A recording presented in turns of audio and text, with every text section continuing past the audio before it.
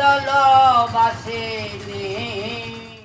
পুরুলিয়ার ছৌ নাচ কেবল একটি শিল্প না, এটি এই অঞ্চলের মানুষের প্রাণ সম্পদ।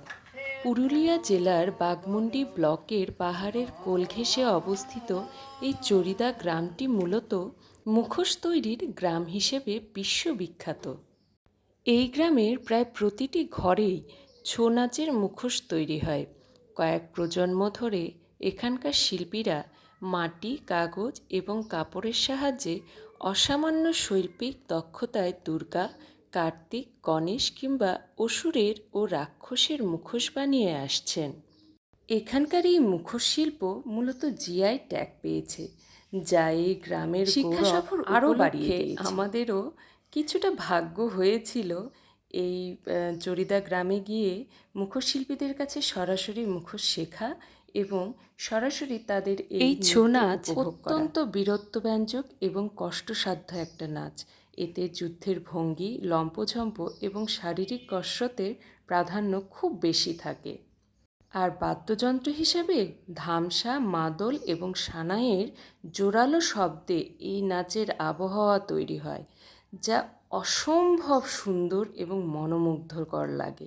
শিক্ষা সফর উপলক্ষে গিয়েছিলাম জন্য আমাদের শিক্ষকরা একটা নতুন আবহাওয়া তৈরি করেছিলেন এই নাচ দেখানোর জন্য আমাদেরকে। খোলা মাঠে মশালের আলোতে ছৌ নাচ যেন অপূর্ব এক নৃত্য মহিমা তৈরি করেছিল। তোমরা দেখো।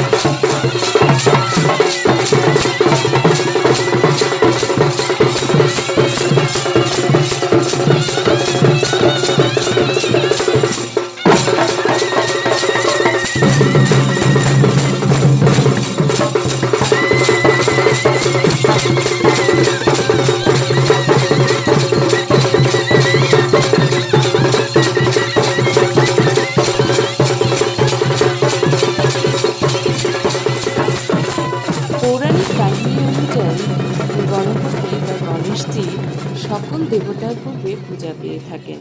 সেজন্যই ছৌ নাচে সবার প্রথমে উগ্র যুদ্ধরূপে আসেন শ্রী গণেশ।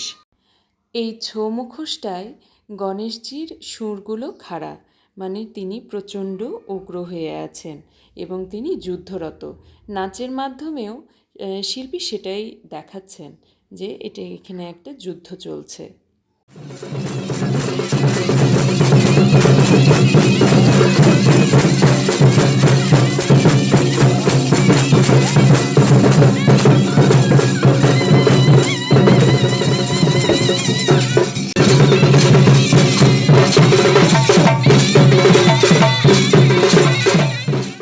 এটা দেবসেনাপতি কার্তিকের ছৌ মুখোশ। নৃত্যের ভঙ্গি আলাদা, কিন্তু এখানেও তিনি যুদ্ধরত অবস্থায় রয়েছেন। এখানে মূলত মহাভারতের একটি কাহিনী বর্ণনা করা হচ্ছে।